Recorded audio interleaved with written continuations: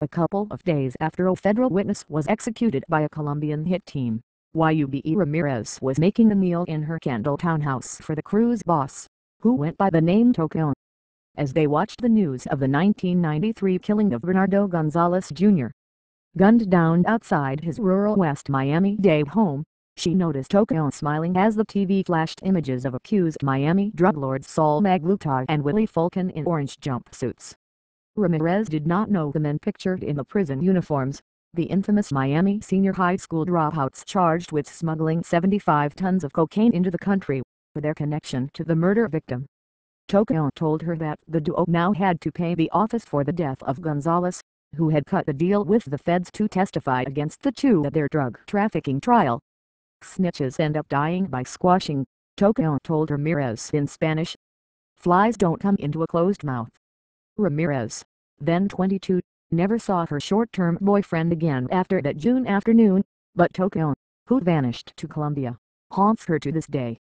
Ramirez would end up being sentenced to life in prison for her bit part in Gonzalez's murder, directed by Tokyo, a snitch-killer for the Cali cartel back in the 1980s and 90s, when Miami was a much bloodier place.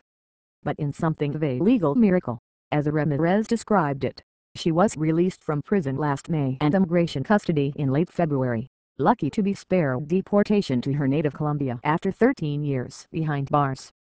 I'm enjoying every minute of my life, everything that I've been kept from, especially my daughters, Ramirez, 41, told the Miami Herald, as she held her 22-year-old daughter Yuli's hand, during an interview last week.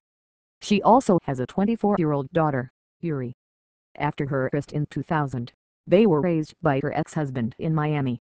Ramirez won her freedom after showing that her original defense attorneys messed up when they advised her to reject the 5-year plea offer from Miami prosecutors before her 2001 trial. Her federal public defenders later admitted they had never advised her that, if convicted of Gonzalez's murder, she faced life in prison. Ramirez's Miami appellate attorney, David O. Marcus, who took her case at no charge, wrote in a court pleading in 2004, "The mistakes that her lawyers made in this case cost Ms. Ramirez her life." After a decade-long legal odyssey, including fierce opposition from the U.S. Attorney's Office and a federal judge in Miami, Ramirez finally gained her release from prison. "David kept telling me that he was going to fight until the end," said Ramirez. "He would always say, 'Hang in there. Keep your hopes up.'" Marcus, who was assisted by lawyer Robin Kaplan, called Ramirez's long-shot victory a once-in-a-lifetime case. But after her release from federal prison in Tallahassee, Ramirez was still held in immigration custody as she faced the bleak prospect of deportation to her native Colombia because she was not a U.S. citizen. Center Miami criminal immigration lawyer Regina D. Morris, who also took on her case at no charge. She persuaded an immigration judge in an asylum petition to block Ramirez's deportation, another rare victory. Read more here.